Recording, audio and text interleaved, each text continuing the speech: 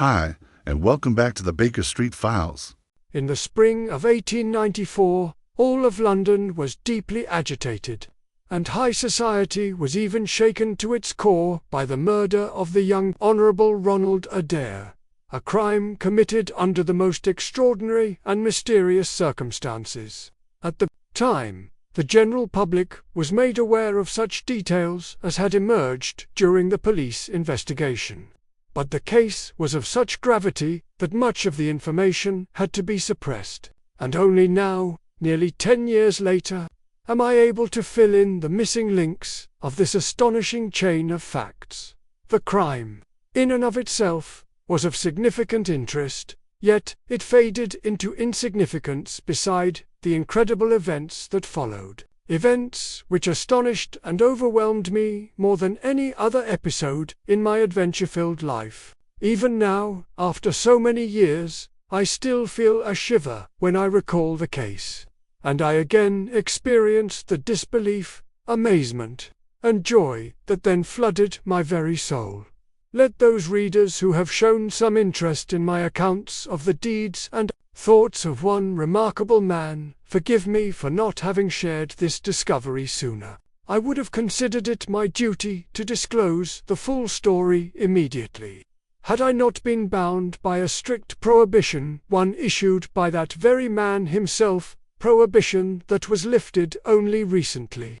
On the 3rd day of last month, it is quite natural that, since my close friendship with Sherlock Holmes, I developed a keen interest in criminal matters, and after his disappearance, I began to study newspaper reports of unsolved crimes with particular attention. More than once, I even attempted, purely for my own amusement, to solve them using the very methods my friend had employed, though with far less success. However, no case ever gripped me as deeply as the tragic death of Ronald Adair. When I read the reports of the investigation, which had concluded only that the murder was premeditated and committed by person or persons unknown, I realized more keenly than ever the immense loss our society had suffered with the death of Sherlock Holmes. This strange affair bore marks that would surely have drawn his attention, and the work of the police would undoubtedly have been supplemented or, rather, anticipated by the vigilant mind and refined observation of the greatest detective in Europe. Throughout the day, as I drove about attending to my patients, I returned, again and again in my thoughts, to the Adair case, but could not arrive at a single explanation that satisfied me. At the risk of repeating what is already well known, I still feel it necessary to summarize the facts as they were reported to the public once the inquiry had concluded. Sir Ronald Adair was the second son of the Earl of Maynooth, governor of one of our Australian colonies. His mother had come to England from Australia to undergo an operation to remove a cataract, and was living at 427 Park Lane with her son Ronald and daughter Hilda. The young man moved in the best society, seemed to have no enemies, and was known for no particular vices. He had at one time been engaged to Miss Edith Woodley of Carstairs, but a few months before the events in question, the engagement was broken, apparently with no heartbreak on either side. In general, the young man led a quiet life within the circles of family and fashionable society. His character was calm and his tastes moderate, and it was this carefree young aristocrat who met the strangest, most unexpected end. The event occurred on the evening of March 30th, 1894, between 10 and 20 minutes past 11. Ronald Adair was fond of playing cards. He played regularly, but always within reason. He was a member of 3 clubs, the Baldwin, the Cavendish, and the Bagatelle. It was established that on the day of his death, he had played a rubber of whist at the Bagatelle Club after dinner. He had also played there earlier in the day. His partners, Mr. Murray, Sir John Hardy, and Colonel Moran, testified that it was indeed whist, and the play had been even, with Adair losing perhaps £5 at most. His fortune was considerable, and such a loss would not have disturbed him. He played nearly every day, switching between clubs, and was always a cautious player who usually came out ahead. Witnesses further stated that about 6 weeks prior to his death, he and Colonel Moran had won £420 in one evening from Godfrey Milner and Lord Balmoral. That was all that became known of his recent life. On that fatal evening, he returned from the club precisely at 10 o'clock. His mother and sister were out visiting. The maid later testified that she heard him enter his roomer sitting room, on the second floor, facing the street. Earlier in the day she had lit the fire there, and since the chimney had smoked, she had opened the window. Not a sound came from the room until 20 minutes past 11, when Lady Maneth and her daughter returned home. Lady Maynooth wished to bid her son good night, but found the door to his room locked from the inside. Despite repeated knocking and calling, there was no reply. Alarmed, she raised the household, and the door was eventually forced open. The unfortunate young man was found lying on the floor beside the table. His head was terribly mutilated by a revolver bullet, but no weapon was found in the room. On the table lay 2 banknotes of £10 and £17.10 in gold and silver, with the coins neatly stacked in piles of various heights. Nearby was a sheet of paper bearing columns of figures, alongside the names of several of Adair's club acquaintances. From this, it could be inferred that the young man had been calculating his recent wins and losses at cards just before his death. Upon thorough investigation, the case only became more baffling. Why had the young man locked himself in?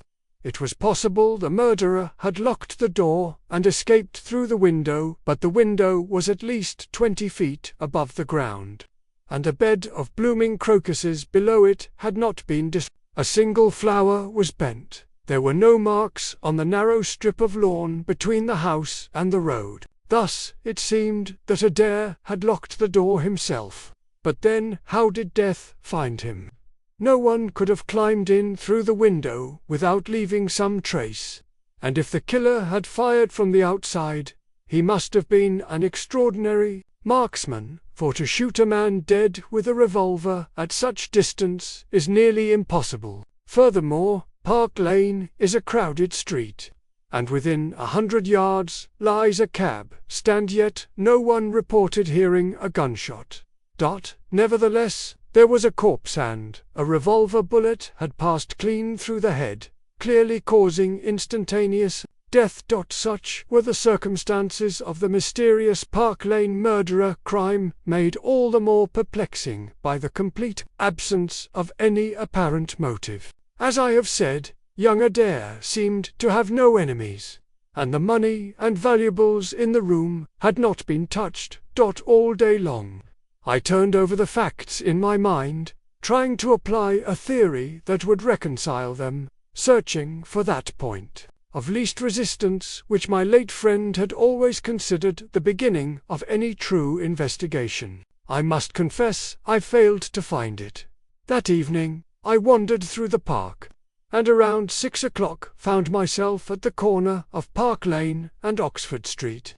A crowd of bystanders had gathered on the pavement, all staring up at a particular window, and I realized this was the very house where the murder had occurred. A tall, gaunt man in dark glasses, whom I took for a plainclothes detective, was offering some theory on the matter to a ring of eager listeners. I edged closer, but found his ideas so absurd that I turned away in disgust. As I did so, I accidentally bumped into a bent old man standing just behind me, causing him to drop several books he had been carrying under his arm. As I stooped to help him gather them, I noticed one of the titles, The Origin of Tree Worship, and surmised he was some poor bibliophile, collecting rare editions, either for trade or for the love of them. I began to apologize, But it seemed these books were dear to him indeed, for he muttered something angrily, turned away in disdain, and soon his stooped back and grizzled side whiskers disappeared into the crowd. My observations of 427 Park Lane brought me no closer to solving the mystery. The house was set off from the road by a low wall and railing, no more than 5 feet, making the garden easily accessible, but the window itself was completely unreachable. There was no drainpipe, no ledge, nothing that even the most expert climber could use to scale the wall. More puzzled than ever, I returned to Kensington and had hardly settled in my study when the maid announced that a man had come to see me. To my astonishment, it turned out to be none other than the peculiar bibliophile. His sharp, wrinkled face peered out from a frame of white hair, and under his arm he still carried a dozen of his precious books. "You are doubtless surprised by my visit, sir," he croaked in a strange, rasping voice. I admitted that I was. The Empty House by Arthur Conan Doyle, in the spring of 1894. All of London was deeply agitated, and society at large was even shocked by the murder of the young nobleman, the Honourable Ronald Adair, a crime committed under the most extraordinary and mysterious circumstances. At the time, the general public became familiar with those details of the affair that came to light during the police investigation. But the case was so peculiar that many important facts were kept hidden. Only now, nearly 10 years later, am I able to reveal the missing links in this astonishing chain of events. The murder was intriguing in itself, yet it paled in comparison to the incredible consequences that followed. Consequences that startled and overwhelmed me more than any episode in my life, which has certainly not lacked in adventure. Even now, after so many years, I still feel a shiver when I recall that case and remember the disbelief, the astonishment, and the joy that overtook me and filled my entire being. To those readers who have taken an interest in my earlier accounts of the deeds and thoughts of a remarkable man, I ask forgiveness for not having shared this story sooner. I would have considered it my duty to do so immediately, had I not been bound by a strict instruction from the man himself, an instruction that has only recently been lifted. On the 3rd day of last month, it is only natural that, ever since my close friendship with Sherlock Holmes, I developed a deep interest in criminal matters. After his disappearance, I found myself especially drawn to newspaper reports of unsolved crimes. I often attempted, purely for my own satisfaction, to decipher these puzzles using the same methods Holmes employed, though never with his level of success. Still, none of these mysteries affected me as deeply as the tragic death of Ronald Adair. Reading the inquest's conclusion, that the murder was deliberate and carried out by person or persons unknown, I felt more than ever the void left by the loss of Sherlock Holmes. There were elements in the case that surely would have drawn his special attention, and I had no doubt that the police's efforts would have been not only aided but anticipated by the sharp eye and keen intellect of the greatest detective in Europe. All that day, as I made my rounds to see my patients, my mind kept returning to the Adair case. Yet, no matter how I turned the facts over, I could find no explanation that satisfied me. Risking repetition of what is already known, I must nonetheless recall the facts of the case, as they were presented to the public following the conclusion of the investigation. Sir Ronald Adair was the second son of the Earl of Maynooth, then governor of one of our Australian colonies. His mother had come to England from Australia to undergo eye surgery for the removal of a cataract, and was living at 427 Park Lane with her son, Ronald, and daughter Hilda. The young man moved in the highest social circles, seemingly had no enemies, and led a respectable and untroubled life. He had once been engaged to Miss Edith Woodley of Carstairs, but a few months before the events in question, they had mutually agreed to part ways, and it appeared that no hearts were broken as a result. His life was quiet and refined, his tastes moderate, and his habits altogether proper. Yet it was this well-mannered young aristocrat who met a strange and unexpected death. The tragedy occurred on the evening of March 30th, 1894, sometime between 10 and 20 minutes past 11. Ronald Adair was fond of card games and played regularly, though always within reason. He belonged to 3 clubs: the Baldwin, the Cavendish, and the Bagatelle. It was established that, on the day of his death, he had played a game of whist at the Bagatelle Club in the afternoon and again after dinner. His partners, Mr. Murray, Sir John Hardy, and Colonel Moran, testified that the game was whist, and that no significant sums had changed hands. Adair had perhaps lost £5 at most, a trivial amount for someone of his considerable means. He played nearly every day at one club or another, was careful in his play, and was generally successful. It also came to light that about 6 weeks before his death, Adair and Colonel Moran had won £420 in a single evening from Godfrey Milner and Lord Balmoral. That was the only remarkable detail to emerge from the final weeks of his life. On that fateful evening, he returned from his club at precisely 10 o'clock. His mother and sister were not at home, having gone out to visit friends. The maid later testified that she heard him go into his sitting room, a room on the 2nd floor with windows overlooking the street.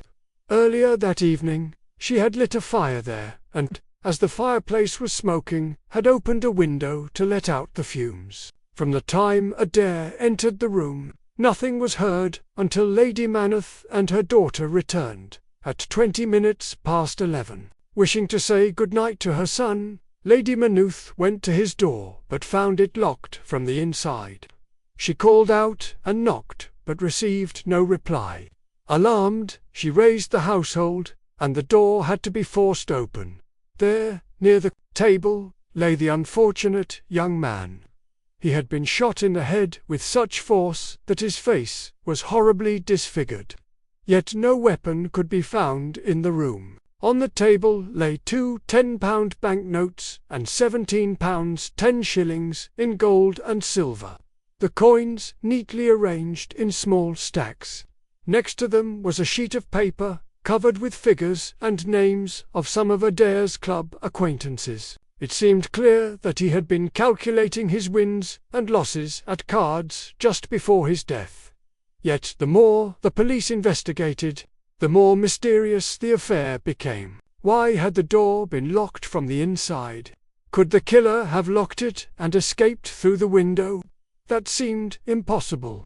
The window was 20 feet above the ground, and below it was a flower bed of blooming crocuses, not a single one of which had been disturbed. There were no footprints on the narrow strip of lawn between the house and the street, it appeared. Then, that Ronald Adair had locked the door himself. But how had death come to him? If no one had entered or exited, through the door or window, then how could someone have shot him? Even if the killer had fired from the street, through the window, he must have been an extraordinary marksman. Killing with a revolver at that distance is extremely difficult. Moreover, Park Lane is a busy thoroughfare, and there is a cab stand only 100 yards away, yet no one heard a shot. And yet, the young man had been struck down by a bullet from a revolver. The wound was instantly fatal, the bullet having passed clean through. The crime scene offered no motive. Ronald Adair had no known enemies, and none of the money or valuables in the room had been touched. All day long, I puzzled over these facts, trying to find what Holmes had once called the point of least resistance, the first step toward any logical deduction. But I must confess, I made no progress.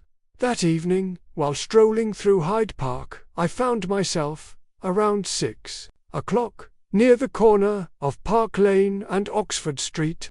A crowd had gathered on the sidewalk, staring up at a window, the very same window of 427 Park Lane.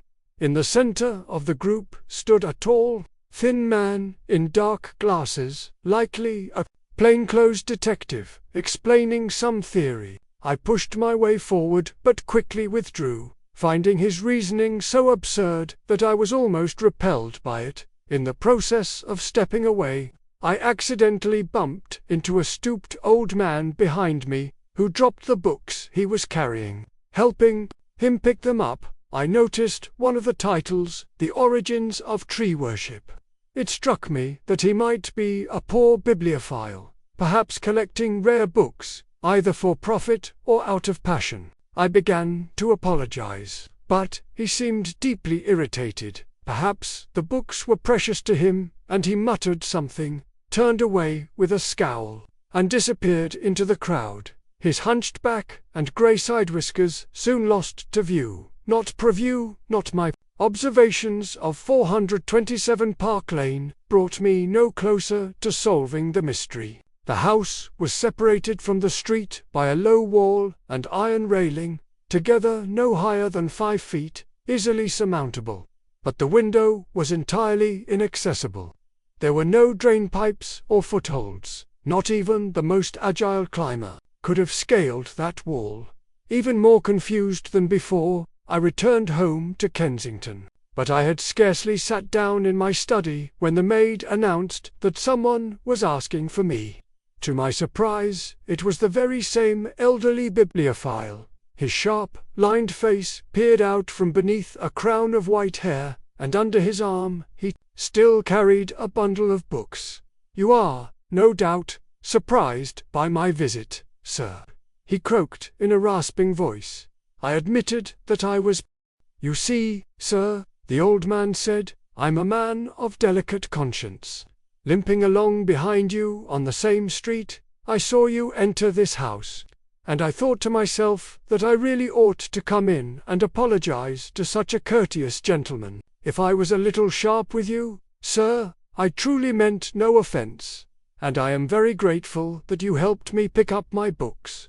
"There's no need to mention such a trifle," I replied. "But may I ask, how did you know who I am?" "Well, sir," he croaked, "if I may say so, I'm your neighbor. I keep a little bookshop on the corner of Church Street, and I'd be honored if you ever came by. Perhaps you're a collector, too. Here's the Birds of Britain, Catullus, the Holy War. Would you care to buy them, sir? Practically a gift. 5 volumes, they'd fill that unsightly gap on the second shelf of your bookcase quite nicely, wouldn't they?" I turned to glance at the shelf, and when I looked back, there, standing by my writing desk, with a smile on his face, was Sherlock Holmes. I leaped up and stared at him in speechless astonishment for several seconds, and then, I believe, I must have fainted. For the first, and I sincerely hope, the only time in my life, I remember only that a grey mist seemed to swirl before my eyes, and when it cleared, my collar was undone, and the taste of brandy lingered on my lips. Holmes was standing over me, flask in hand, leaning toward the chair where I sat. "My dear Watson," came the well-known voice, "I owe you 1,000 apologies. I had no idea my little surprise would affect you so." I grasped his hand. "Holmes," I cried, "is it truly you? Can it be that you are alive, that you actually survived that dreadful chasm?" "Give me a moment," he said. "Are you certain you're well enough to talk? I fear my theatrical entrance has shocked you rather more than I intended." "I'm recovering," I said, "but really, Holmes, I can scarcely believe it. Good heavens! Is it really you, here, alive, and standing in my study?" I seized his sleeve again, my fingers finding the lean, sinewy arm beneath. "No, this is no ghost," I said. "This is flesh and blood. My dear friend, What joy it is to see you again. Sit down, you must tell me how you escaped that dreadful abyss." Holmes sat across from me, lighting his pipe with the familiar, casual flick of his hand. He was still wearing the tattered bookseller's coat, though the wig, the whiskers, and the bundle of books now lay discarded on the table. He looked thinner than ever, and his eyes burned with an even fiercer intensity. The pale, drawn face and aquiline features told their own story. The life he had led of late had clearly not been an easy one. "It's good to stretch out at last, Watson," he said. "It's no easy thing for a tall man to shrink by a full foot and remain hunched over for hours at a time. But now, my friend, let us speak of more serious matters. I've come to ask for your help, and if you agree, we have a long and dangerous night of work ahead of us. Perhaps it would be better to delay the tale of my adventures until our task is done. But I am burning with curiosity, Holmes. I would far rather hear it now. You're willing to come with me tonight? Anywhere, anytime, just like old times," he smiled. "Then perhaps we might grab a bite before we go. But now, about that waterfall. Escaping it wasn't quite as difficult as one might think, for the simple reason that I was never in it. Never in it. No, Watson, I was not. And yet the note I left for you was written in all sincerity. When the grim figure of Professor Moriarty appeared before me on that narrow ledge, blocking my only escape, I was convinced the end had come. I could see it in his grey eyes. His mind was made up. We exchanged a few words, and he courteously allowed me to jot a short note, which you later found. I left it along with my cigarette case and walking stick, then continued on along the path. Moriarty followed close behind. At the end of the trail, I stopped. There was nowhere else to go. He drew no weapon, but lunged at me, wrapping his long arms around me. He knew his own time was up and only wanted to take me with him. Locked together, we swayed at the very edge of the precipice. What you may not know, Watson, is that I am somewhat familiar with a form of Japanese wrestling, baritsu, which has served me well in tight spots. I used it then to slip from his grasp. He gave a cry, teetered wildly on the brink, flailing in the air, and then fell. I watched as he plunged downward, first striking the rocks, then vanishing into the torrent below. I listened with deep emotion as Holmes calmly puffed on his pipe. "But the footprints," I cried. "I saw the tracks myself, 2 sets going down the path, and none returning. Ah yes, the moment Moriarty fell, I realized what an extraordinary opportunity fate had presented.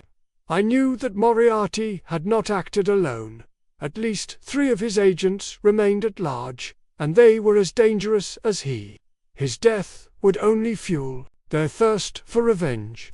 So long as they believed I was dead, they would be more likely to expose themselves, and once I had dealt with them, I could reveal that I was alive. It all came to me in an instant. Moriarty had not even hit the river yet when I formed the plan. Turning, I examined the cliff face behind me. In your dramatic account, which, by the way, I read with great interest months later, you wrote that the rock was sheer and unsquintled. Not entirely true. There were small ledges, barely wide enough for a foothold. And I noticed signs of a crevice higher up. The cliff was too tall to climb in full, and walking back along the damp path would leave fresh tracks. I considered wearing my boots backward, a trick I've used before, but 3 sets of footprints all in one direction might seem suspicious. So I chose the harder route to climb. It wasn't easy, Watson. The waterfall thundered below. I don't fancy myself overly imaginative, but I could swear I heard Moriarty's voice rising up to me from the depths. One misstep, one broken route, and it would have been over. Yet I made it. I reached the crevice, mossy and deep enough to conceal me. There, I lay hidden, while you, my dear Watson, and your companions tried so earnestly, if fruitlessly, to reconstruct the scene of my death. When you finally departed, convinced of your sad conclusions, I was left alone. I thought the ordeal was over. But then, without warning, a massive boulder came crashing down beside me, smashing against the ledge, before tumbling into the abyss. At first, I thought it was a coincidence, but then I looked up, and silhouetted against the fading sky, I saw the head of a man. A moment later, another rock struck the rim of my hiding place, inches from my head. I understood at once. Moriarty had not been acting alone. His ally, and a dangerous one at that, had been watching from afar. He had witnessed the fall and my survival. Waiting until all was quiet, he had climbed to the top from the other side and was now trying to finish what the professor had started. There was no time to waste. I peered upward again. His cruel face reappeared. Just as he prepared to hurl another stone, I began to climb down. Whether I could have done it under calmer circumstances, I don't know. The descent was far more treacherous than the ascent. As I dangled by my fingers, the third stone whistled past me. Halfway down, I slipped, and somehow landed on the path, battered and bleeding, but alive. That night, I fled through the mountains, walking 10 miles in darkness. A week later, I was in Florence, confident that no soul on earth knew I had survived. I shared the truth with only one man, my brother, Mycroft. Forgive me, Watson, but it was imperative that I be thought dead. You could never have written such a convincing account of my demise had you suspected it was a lie. I often longed to write to you, but each time I stopped, fearing that your deep affection for me might lead to some slip, some reaction that would give me away. That, my dear friend, is why I turned from you this evening when you knocked my books to the ground. The danger was too great, and even a gasp of recognition could have proven fatal. I had no choice. As for Mycroft, I had to tell him. I needed funds. Things in London were not going quite as I had hoped. After the trial of Moriarty's gang, 2 of its most dangerous members remained at large, both mortal enemies of mine. So, I spent the next 2 years traveling through Tibet.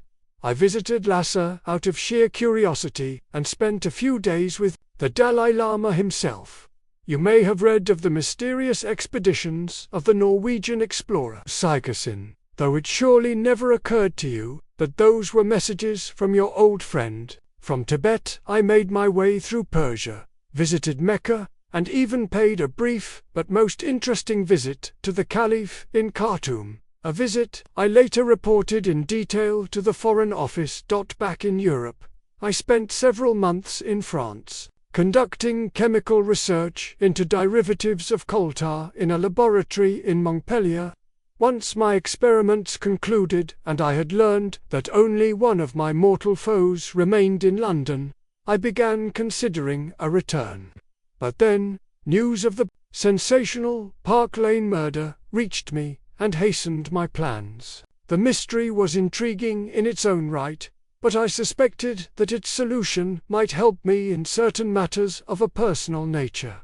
And so I returned to London, in person, and to Baker Street, where I promptly induced a near episode in poor Mrs. Hudson. Mycroft, as I had hoped, had preserved my rooms and papers exactly as I had left them. Thus it was that, at 2 o'clock this afternoon, I found myself once more in my old chair, in my old sitting room, with only one thing lacking to make the moment complete.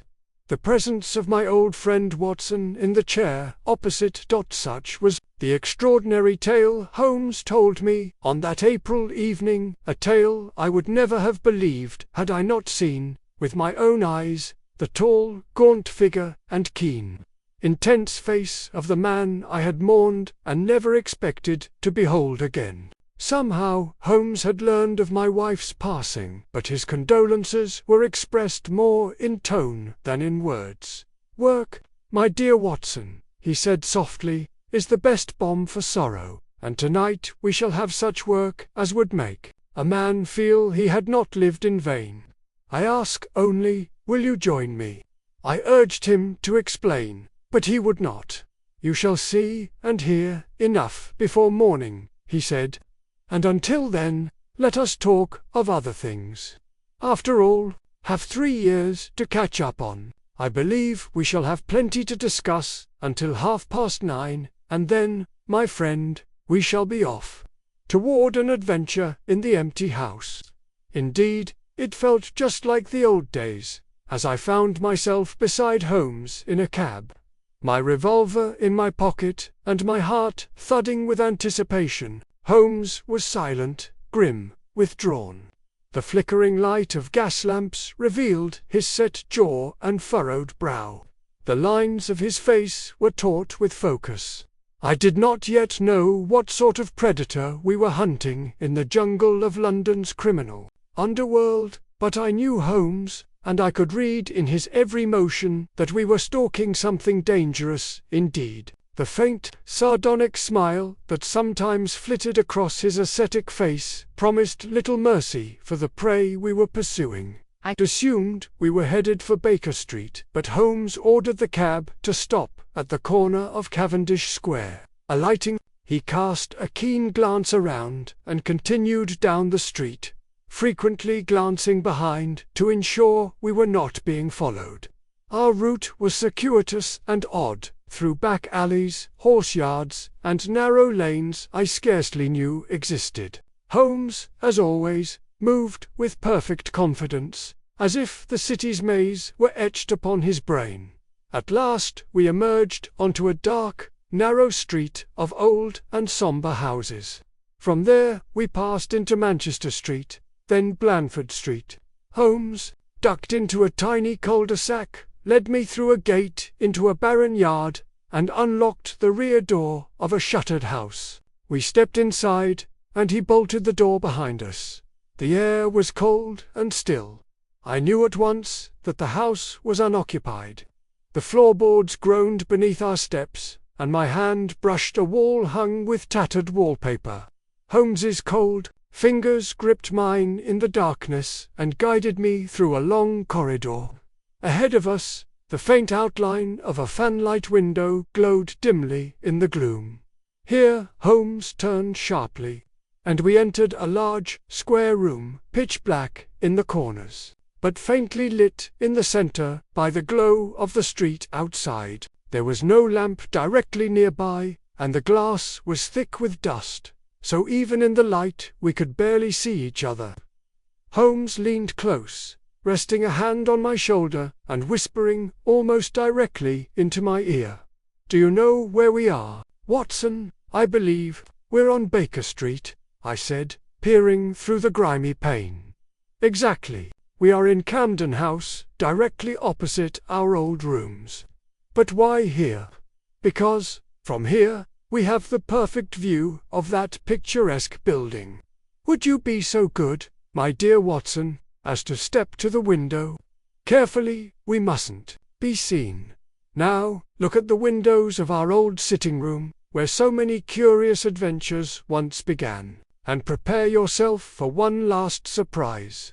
Let's see if I've truly lost the knack of astonishing you." I stepped forward and gave a gasp of sheer amazement. The curtain was drawn back.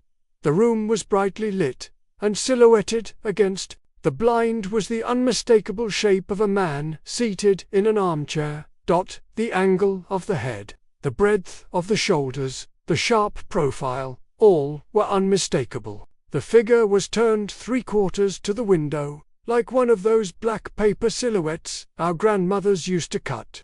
It was Holmes, or rather the image of Holmes.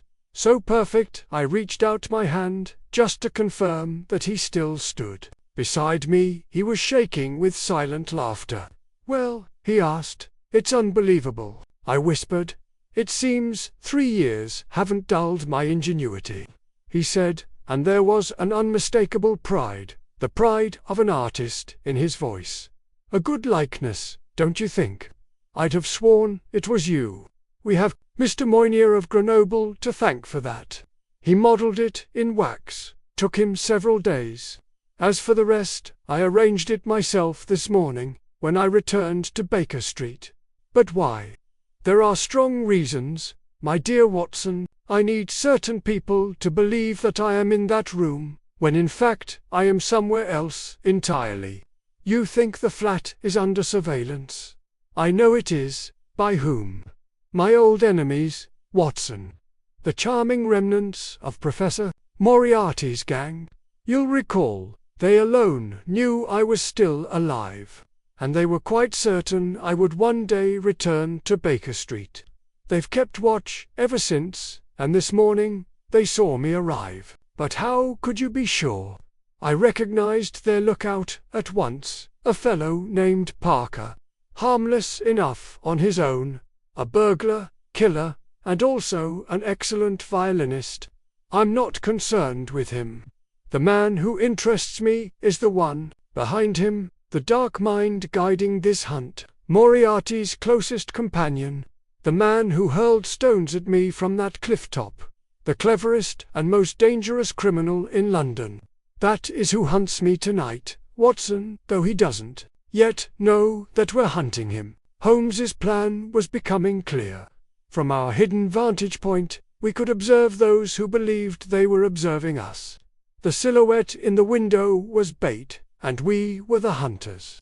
We stood in silence, shoulder to shoulder in the darkness, our eyes scanning the figures that drifted past the house across the street. Holmes said nothing, scarcely moved, but I could feel the tension in him, the focus in his gaze. It was a cold, stormy night. Wind howled down the street, and passers-by hurried along, collars upturned, mufflers tight. One figure, I thought, passed by more than once. Two men loitered suspiciously in a doorway some distance away, feigning shelter from the wind. I tried to draw Holmes's attention to them, but he responded only with a quiet grunt, and kept his eyes fixed on the street. Now and then, he shifted his weight, or drummed his fingers against the wall. It was clear that things were not going quite as he had hoped. Midnight approached. The street emptied. Holmes began to pace, unable to hide his agitation. I was about to speak when something in the window caught my eye. I grabbed Holmes's arm and pointed. The figure moved. I gasped, indeed. The silhouette now faced away, no longer in profile. Holmes's old sharpness had not softened with time, nor his impatience with slower minds. "Of course it moved," he said irritably. "Do you take me for a complete fool, Watson? Did you think I would leave a stationary dummy in plain view and hope to deceive the cleverest rogues in Europe? We've been here 2 hours, and Mrs. Hudson has shifted its position every 15 minutes. She takes care, of course, to stay out of sight." He stopped mid-sentence. "Aha!" Suddenly Holmes held his breath and froze. In the dim light, I saw him standing motionless, his neck craned forward in a posture of taut expectancy. The street below was utterly deserted. Perhaps the two men were still lurking in the doorway, but I could no longer see them. Silence and darkness enveloped us. Only the yellow-lit window opposite, with its black silhouette at the center, stood out clearly in the gloom. In the hush, I could hear Holmes's rapid whistling breath, a clear sign of intense excitement, barely kept in check. Without a word, he thrust me back into the darkest corner of the room and clapped a hand over my mouth, demanding absolute silence. His fingers were trembling. Never before had I seen him in such a state of agitation, and yet the street outside remained just as silent and empty. Then, at last, I heard the sound that Holmes's sharper ear had already detected, a faint, muffled noise, not from Baker Street, but from within the very house where we hid. The outer door creaked open and shut. A moment later came cautious footsteps in the hallway, footsteps clearly intended to be silent but echoing through the empty house. Holmes pressed himself flat against the wall. I did the same, clutching my revolver tightly, peering into the darkness. I discerned the vague form of a man, a shadow just darker than the black rectangle of the doorway. He stood still for a moment, then crouched and began to creep forward. There was menace in every movement. This sinister figure was no more than 3 paces from us.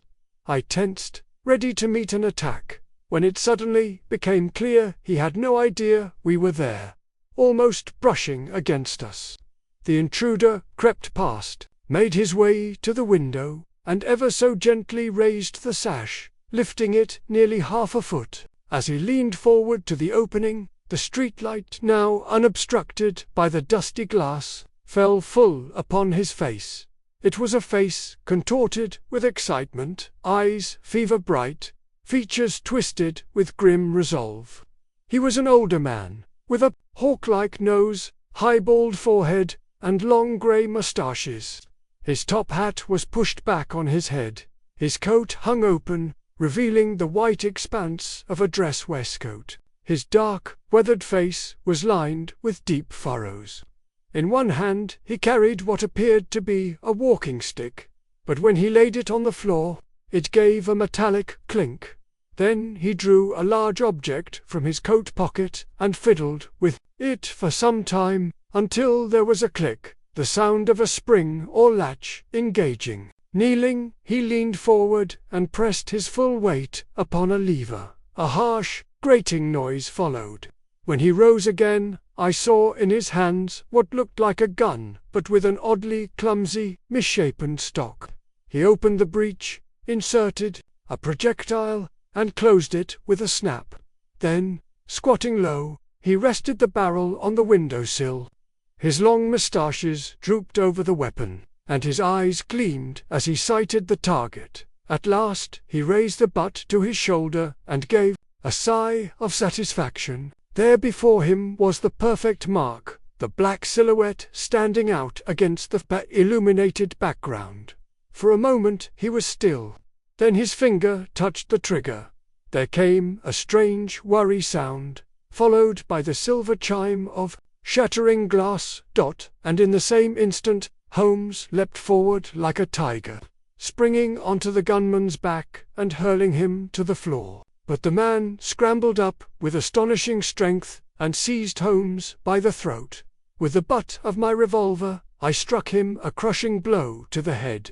He collapsed once more, and I flung myself upon him just as Holmes gave a sharp whistle. From the street came the sound of running feet, and a moment later 2 uniformed constables and a plainclothes detective burst into the room through the front door. "Is that you?" Lestrade asked Holmes. "Indeed, Mr. Holmes. I took the liberty of attending to this matter myself. Delighted to see you in London again, sir. I thought perhaps a little unofficial assistance might not go amiss.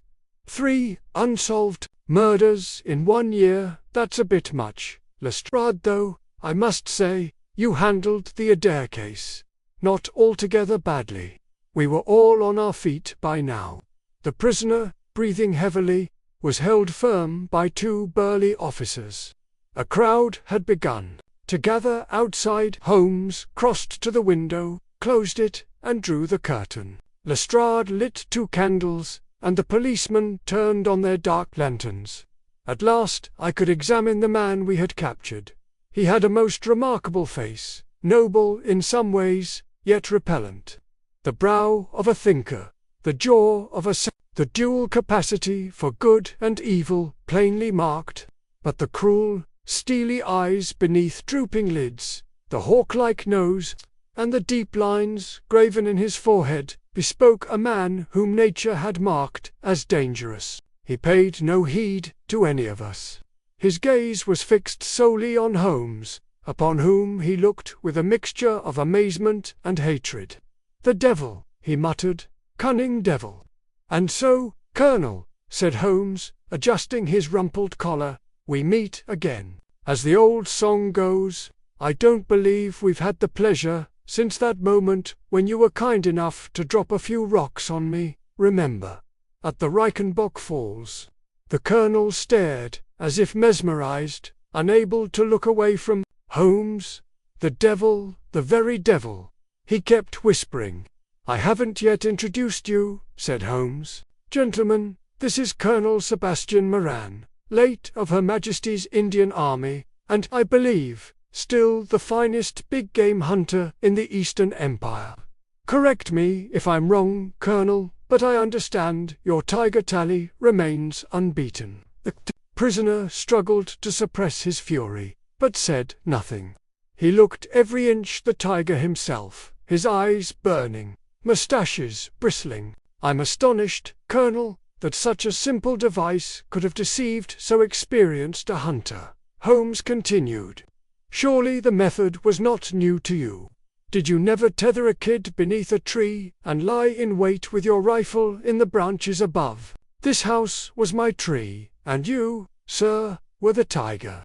Of course, in your profession, you often had marksmen hidden nearby, in case more than one tiger appeared, or in case your aim failed. These gentlemen, he gestured toward us, were my reserve marksmen. My metaphor is quite accurate, wouldn't you say? With a sudden snarl, Colonel Moran sprang forward. The constables dragged him back, his face twisted with such hatred that it was terrible to behold. I confess you caught me off guard, Holmes went on calmly. I hadn't expected you to make use of this empty house yourself, though it's quite admirably situated. I assumed you'd strike from the street, where my friend Lestrade and his men were waiting.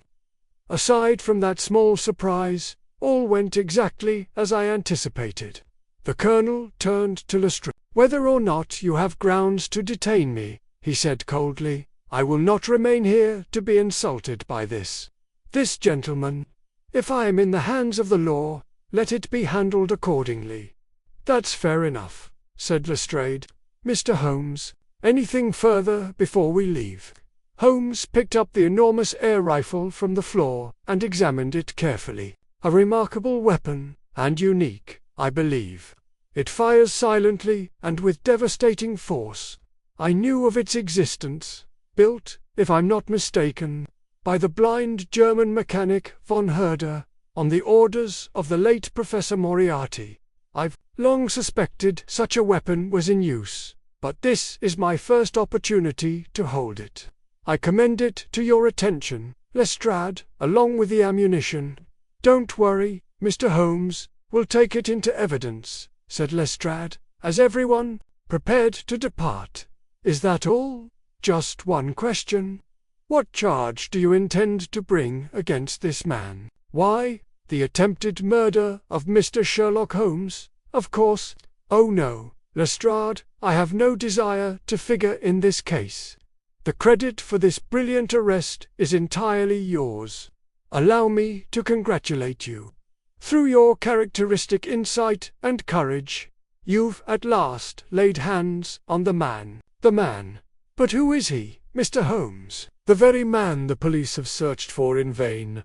Colonel Sebastian Moran, who on the 30th of last month murdered the Honourable Ronald Adair with a single shot from this air rifle, fired through the second-story window of No. 427 Park Lane. That, Lestrade, is the proper charge. Holmes turned to me. And now, Watson, if you don't mind a little draught from a broken window, I suggest we retire to our old sitting-room. We'll have half an hour and a good cigar. I think you've earned it. Thanks to Mycroft Holmes's foresight and Mrs. Hudson's diligent care, our old quarters were exactly as I remembered. If anything, the place struck me as unusually neat, but every familiar object was in its place. The chemical corner still held its acid-stained pine table. The bookshelves were lined with scrapbooks and directories, so despised by the average citizen. There were charts, the violin case, the rack of pipes, even the Persian slipper of tobacco, all as they had been. and in that room stood two figures, Mrs. Hudson, greeting us with a broad smile, and the strange wax dummy that had played so crucial a role in that night's affair. It was a coloured wax effigy of my friend, fashioned with remarkable skill and an uncanny likeness to the original. It stood upon a tall stand and had been so artfully draped in Holmes's old dressing-gown that, when viewed from the street, the illusion was perfect. "You followed my instructions precisely, Mrs. Hudson?" Holmes inquired. "I crawled to it on my hands and knees, sir, just as you told me." "Excellent. You have carried it out most admirably. Did you notice where the bullet struck?" "Yes, sir. I'm afraid it spoiled your fine statue, passed straight through the head, and flattened itself against the wall. I picked it up from the carpet. Here it is." Holmes handed it to me. "A soft-nosed revolver bullet, you see, Watson. Quite ingenious. Who would imagine such a thing could be fired from an air rifle? Very well done, Mrs. Hudson, and thank you for your assistance. Now then, Watson, do take your old seat. I wish to have a word with you." He shrugged off his worn frock-coat, donned the familiar dressing-gown, first removing it from his waxen double, and in an instant, the Holmes I knew so well was before me once more.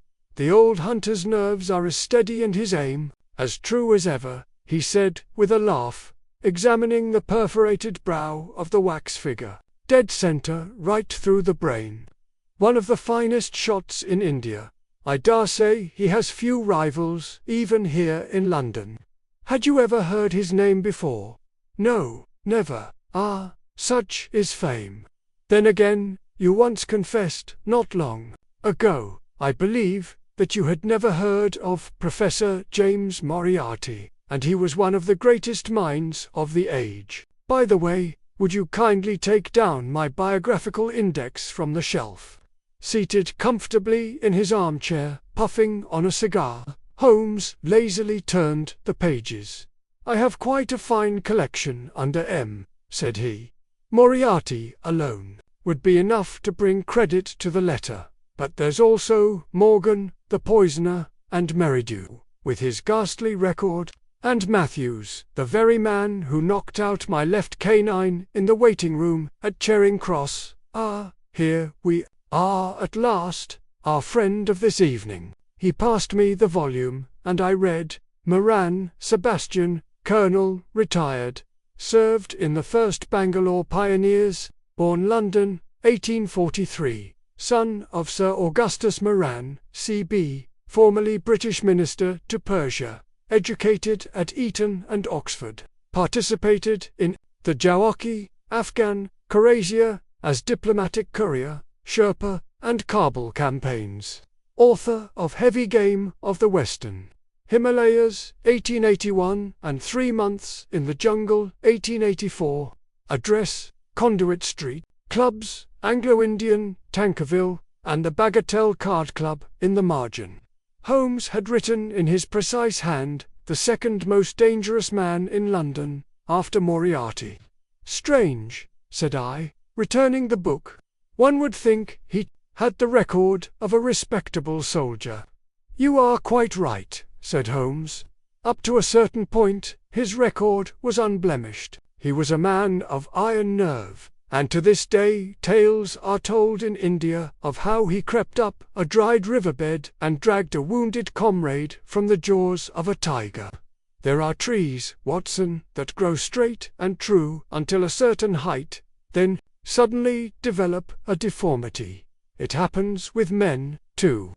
According to my theory, every individual recapitulates in his development the entire history of his ancestry, and a sudden turn toward evil or virtue can often be traced to some strong hereditary influence. In that sense, a man's biography may be seen as a miniature version of his family's history."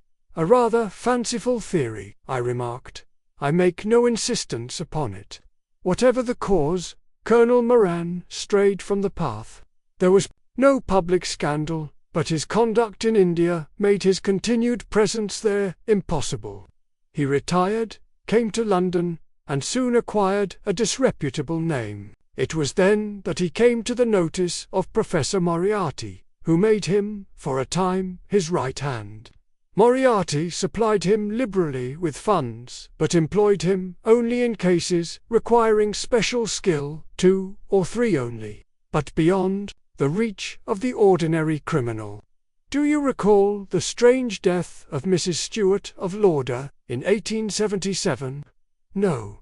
I believe Moran had a hand in that, though no evidence ever surfaced. He was expert at covering his tracks, and even after the Moriarty organization was broken up, we failed to bring him to justice.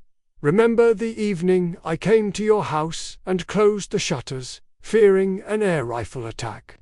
You thought it strange, but I knew what I was doing. I was already aware of the existence of that extraordinary weapon and knew it to be in the hands of one of the deadliest marksmen alive. When we travelled to Switzerland, Moran followed with Moriarty, and it was thanks to him that I spent some most unpleasant hours lying in a cleft above the Reichenbach Falls. Can you imagine, Watson, with what care I read the English papers while I was in France? I searched for any opening, anything that might allow me to bring him to justice. As long as he walked free in London, I could not return. Day and night, that threat would have loomed over me. Somehow or other, he would have found a way to kill me. What was I to do? I could not shoot him. I would be on trial for murder myself. Nor could I appeal to the courts, for they cannot act on mere suspicion. And I had no proof, so I waited, and I watched the crime reports, certain that he would give himself away in time. And then came the murder of Ronald Adair. At last, given what I knew, could there be any doubt who had done it? He had played cards with the young men, followed him from the club, and shot him through an open window. No doubt, a single bullet might be all I needed to bring Colonel Moran to the gallows. I returned to London immediately. Moran's lookout saw me, of course, and reported to him. Naturally, he would associate my sudden reappearance with his crime, and he must have grown alarmed. I was sure he would attempt to eliminate me at once using his silent weapon. So, I prepared a perfect target for him in my window, warned the police that I might need assistance by the way. Watson, your sharp eye spotted the 2 constables in the doorway and took up a position I deemed best for observation, though I had no idea my adversary would select the same house for his attack. And that, my dear Watson, is the whole story. Is it now perfectly clear? Not quite, I said. You have not yet told me why Colonel Moran murdered Sir Ronald Adair. Ah, my dear fellow, now we pass into the realm of conjecture, where logic alone does not suffice. Each man must construct his own hypothesis based on the known facts, and yours would be as valid as mine. Then you have a hypothesis. I do, and I think the facts lend themselves readily to interpretation. The investigation showed that shortly before the murder, Colonel Moran and young Adair, as partners, won a considerable sum. But Moran, I am certain, cheated. He was a notorious card sharper. Most likely, Adair discovered the deceit. He confronted Moran privately, perhaps giving him the chance to resign from the club and pledge never to play again. A young man like Adair would hesitate to hurl such an accusation in public at a man older and well-placed in society. He would handle it quietly. But for Moran, who lived off the gains of his cheating, expulsion from the club would mean ruin. So he killed Adair at the very moment the young man was calculating the winnings due to him and preparing to return the ill-gotten gains.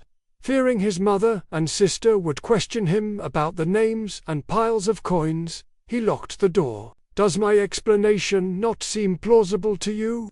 I have no doubt you are right. Time will tell. In any case, Colonel Moran will trouble us no more. The famous air rifle of von Herder will adorn the collection of Scotland Yard. And nothing now will hinder Mr. Sherlock Holmes from once again dedicating himself to the solving of those small yet fascinating mysteries with which London abounds.